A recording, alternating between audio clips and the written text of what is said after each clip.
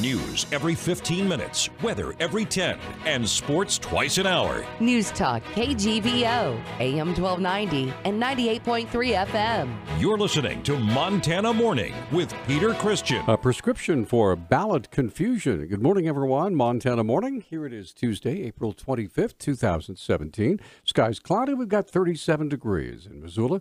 Our newscast this morning is brought to you by our friends over at First Montana Bank. Your home for free centennial checking, unlimited cash back whenever you use your debit card. One of our top stories this morning, ballots are already out for school elections and special districts all over Montana. But by May 2nd, most voters will have yet another ballot to fill out for the high-profile congressional race to replace Brian Zinke, those who requested absentee ballots. In many counties, the ballots don't have any due-by date stamped on the outside. Some election administrators are worried that people may miss the May 2nd deadline for school elections. Valley County Election Administrator Regina Plettenberg said her office is fielding about 20 calls a day. When we mailed out those ballots on the 17th, we got a large number of calls from people wondering why the congressional race was not on that ballot. So we had to explain to people there'd be a second ballot coming out. We were hoping the election date would be a little later so that we would avoid this. In a surprise to many, Governor Steve Bullock chose the earliest possible date for the congressional election, which happens to be on a Thursday right before the Memorial Day weekend. Somehow, Missoula County saw this coming and did something a little different. Elections coordinator Rebecca Connors said a new due-by-date stamp will likely be used in future elections. We saw the overlap of the two elections earlier this year, and were proactive about it by making sure that the packets were color-coded and also had due-by dates printed on the outside of the envelope. So, for instance, the school election or special district election should have come in a packet that will have green print on the front of it saying school election ballot due by May 2nd. In an important related story, the Montana Senate has rejected an attempt by Governor Bullock to revive a bill that would have allowed counties to conduct the May 25th special congressional election by mail. The Republican-led Senate rejected the Democratic governor's proposed amendment to a separate election bill 27-21 yesterday. Republican Senator Doug Carey urged the Senate to return the bill to the governor without the mail ballot amendment, saying it was too close to the election to happen. The election to replace Zinke as Montana's U.S. House Representative is among Democrat Rob Quist, Republican Greg Gianforte, and Libertarian Mark Wicks. County election officials had supported a mail-only election option, saying it could save as much as $750,000. However, the measure stalled after Montana Republican Party Chairman Jeff Esmond said a mail-only election would benefit Democrats. A Montana man who was shot by a police officer responding to a domestic disturbance has been charged with aggravated kidnapping and assault with a weapon. The Great Falls Tribune reports charges were filed yesterday against Kevin Parisian of Great Falls. Court records say Parisian was holding a knife to a woman's throat last Thursday night and refused orders to drop it before an officer shot him. Court records don't say where Parisian was shot. He was arrested after his release from the hospital on a warrant that set his bail at $250,000. The officer who fired the weapon was placed on administrative leave. His name was not released. State Department of Justice's Division of Criminal Investigation is investigating that police shooting. On Saturday, Phase 1 of the new Fort Missoula Regional Park will officially debut, but the media got a sneak preview yesterday with Donna Gockler of Missoula Parks and Recreation. Gockler emphasized that a large majority of the $42 million construction monies will stay in Missoula. Of all of the bids, there were 23 bids in Phase 1.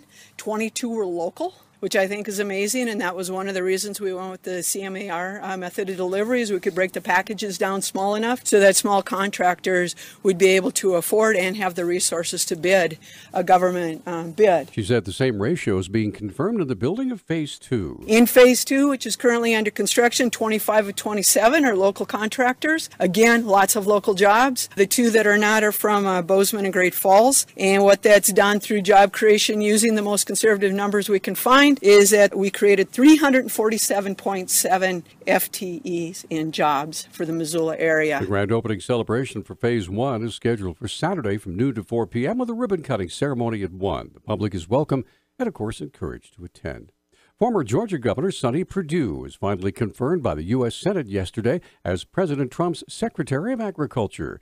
Montana Senator Steve Daines hailed the appointment. Well, I'm thrilled to have a Secretary of Agriculture that will prioritize Montana's #1 economic driver, that's agriculture. Secretary Perdue has extensive experience in advocating for agriculture and will work to expand opportunities for Montana agriculture. And I look forward to hosting Secretary Perdue in Montana soon. Daines is Montana's only member of the U.S. Senate Committee on Agriculture, Nutrition, and Forestry, and is the chairman of the Conservation, Forestry, and Natural Resources Subcommittee. Montana lawmakers are a vote away from sending to Governor Steve Bullock a bill that creates licenses, fees, and regulations for medical marijuana distributors. The bill endorsed yesterday by the Montana House attempts to regulate the medical marijuana industry after voters last November approved lifting restrictions that severely limited distribution of the drug.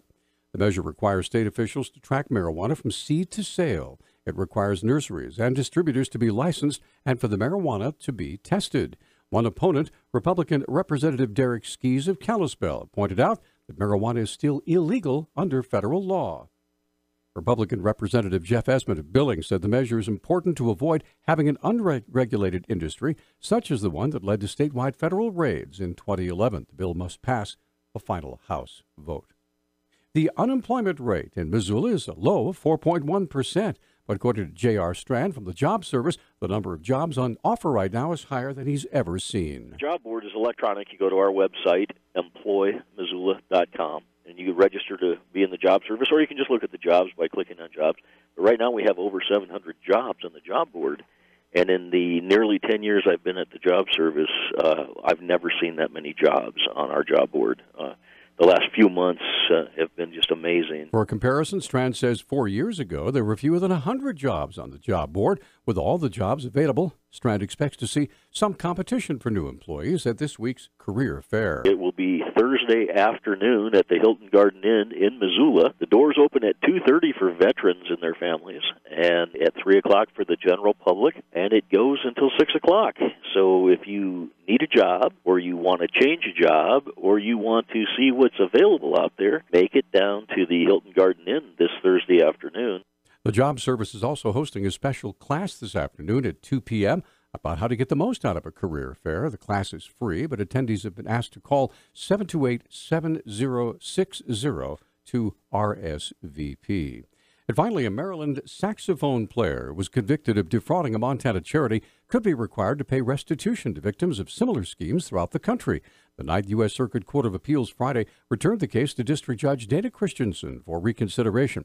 The three-judge panel noted that federal law allows courts to order restitution for crimes involving a scheme to defraud, even in cases where the defendant was not convicted. Prosecutors said Donald Ski Johnson misrepresented himself as a Grammy-nominated artist and sought invitations to charity golf tournaments in exchange for travel and lodging expenses. In some cases, he offered Grammy Awards tickets for auction with the proceeds split with the charity. Johnson was convicted of wire fraud in July of 2015 in order to pay over $5,000 to Big Brothers and Sisters of Gallatin County. Our News Talk time now is 6:12. News Talk, KGVO. Missoula's official weather station. Mostly cloudy skies today with a chance of rain.